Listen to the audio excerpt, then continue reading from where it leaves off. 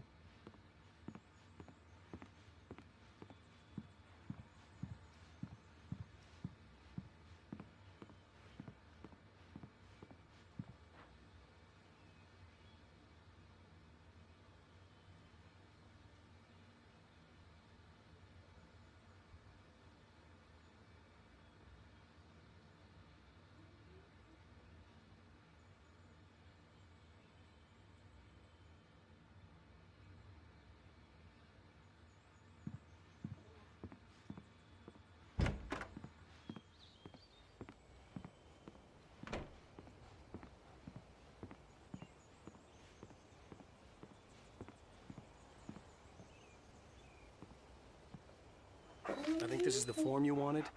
And here are the keys. Okay, you're all set, Mr. Wake. Glad to have you staying here. Thanks. Can you tell me how to get to Lover's Peak? Oh, sure.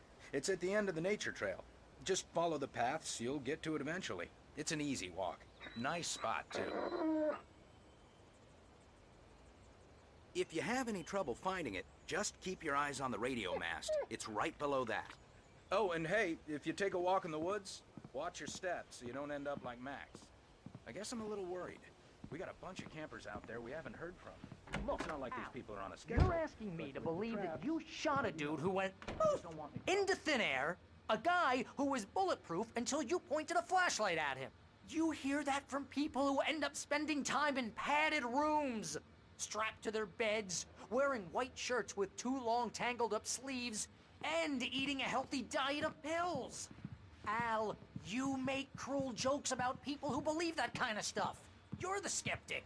You gave me an hour-long lecture.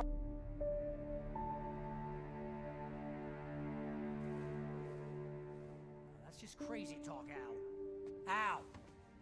Al? We should go to the sheriff or call the FBI. Damn it, Barry, they'll kill her! This is not a goddamn debate, Barry. I'm going to Lover's Peak. He said to come alone. Okay then. I understand. You're my best friend, and I'm worried that you're not right in the head. Tell me what to do to help, and I'll do it. You stay here, and if I'm not back by morning, call the cavalry. Achoo!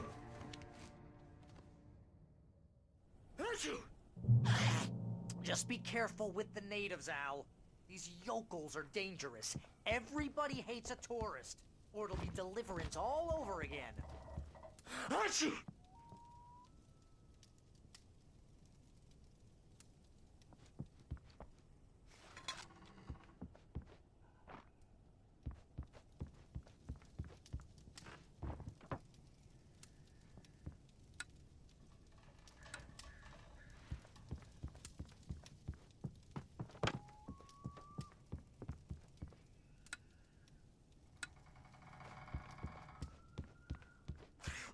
Oh, this place is trying to kill me.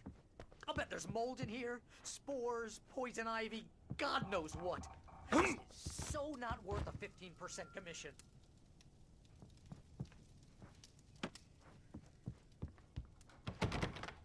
Real funny, Al. Real funny. Ha ha! Thank you! I'll just sit here in the dark till you come back. Or until I get eaten by a grue.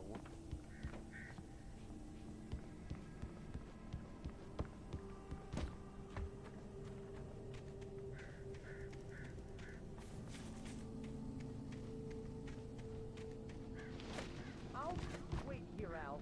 I'll hold down the fort. I'll be with you in spirit every step of the way, Al. Locking the door now.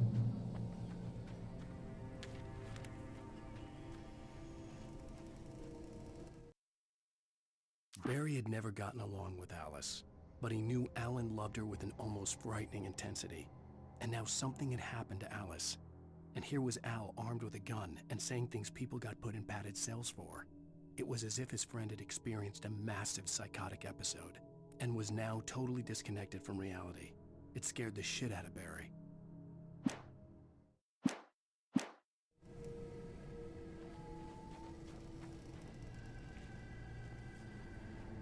Barry had the keys to the car he rented. Wasn't a long walk to the visitor center, and it wouldn't be any use to me in the forest. I knew I should have gone to the cops. This wasn't the smartest thing I'd ever done, but I was still angry with Barry for trying to talk me out of it. These people had called me right in the sheriff's station.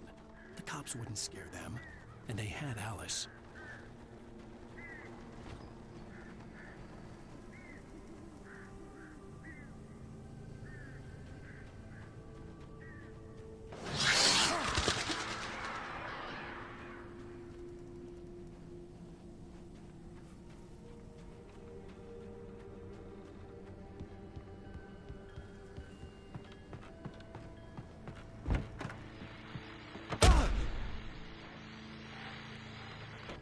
Welcome back to the show, folks. As promised, our very own Dr. Nelson has just parked his rear end in the studio. Doc, what's your Deerfest plan like? My plan? You make it sound a lot more organized than I ever seem to manage. Oh. No plan, really. Just taking the atmosphere. I'm getting a little too rickety to do much more than that, you know. Oh, tell me about it. No sack race for us older gentlemen, huh? Yes, exactly, Bat. But I'm gonna check out the parade, of course. And I'll be one of the pie contests judges, too. Well, that is a different kind of gun.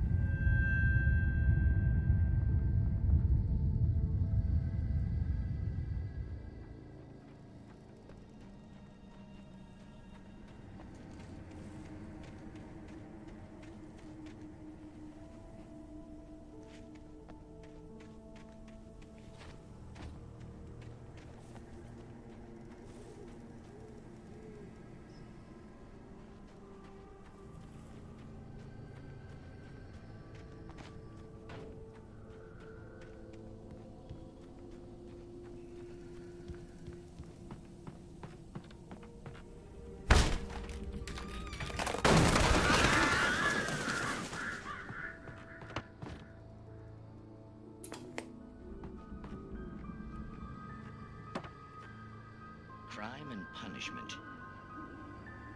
The cancer and cure of civilization. But some crimes are impossible to punish, especially in Night Springs. Tonight's episode, The Man in the Mirror.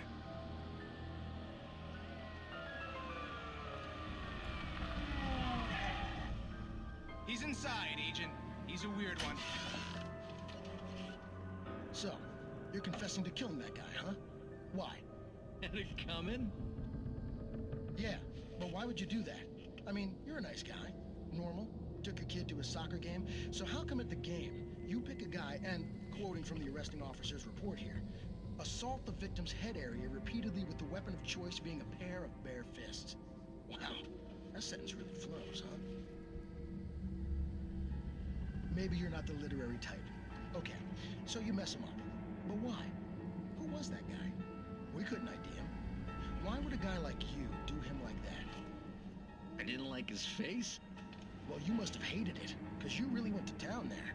I mean, there's no way to tell what he looked like. No ID on him either. That must be difficult. But then we ran the fingerprints. Got a match.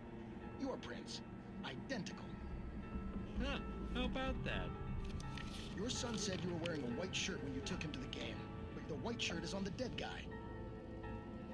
It's plenty red now. You won't get away with this. Do you really think that's in any way relevant to me?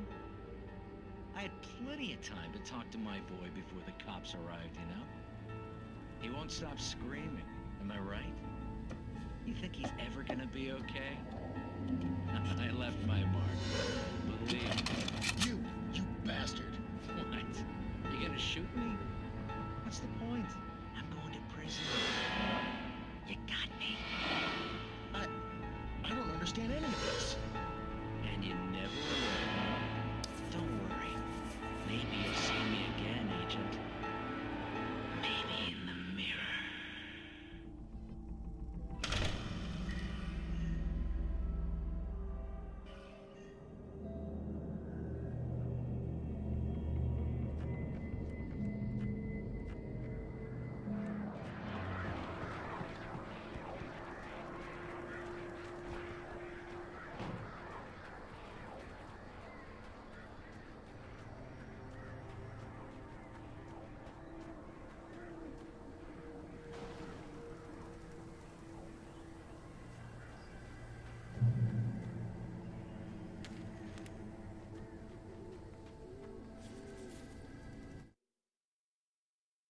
The air in the visitor center was heavy with an awful smell, as if some rotten drowned thing had crawled up from its grave. Rusty kept coughing blood. My eyes were drawn to the twisted shape of his broken leg. The attack had been vicious. Max whined in his cage. Rusty's eyes were wild with fear and terror. He gasped. "Mr. Wake, it happened just the way it was on that page."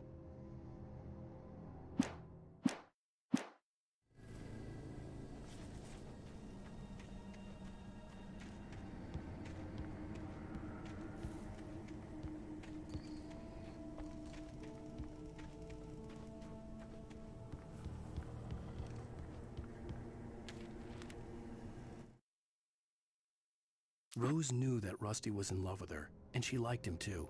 She liked him a lot. He taught her to dance, and life had certainly taught her the value of a man who was gentle. He treated her well, made her smile, made her feel good. But Rusty wasn't the prince of her dreams, and that tended to underline the unbearable truth. She was no closer to that Hollywood magic than he was.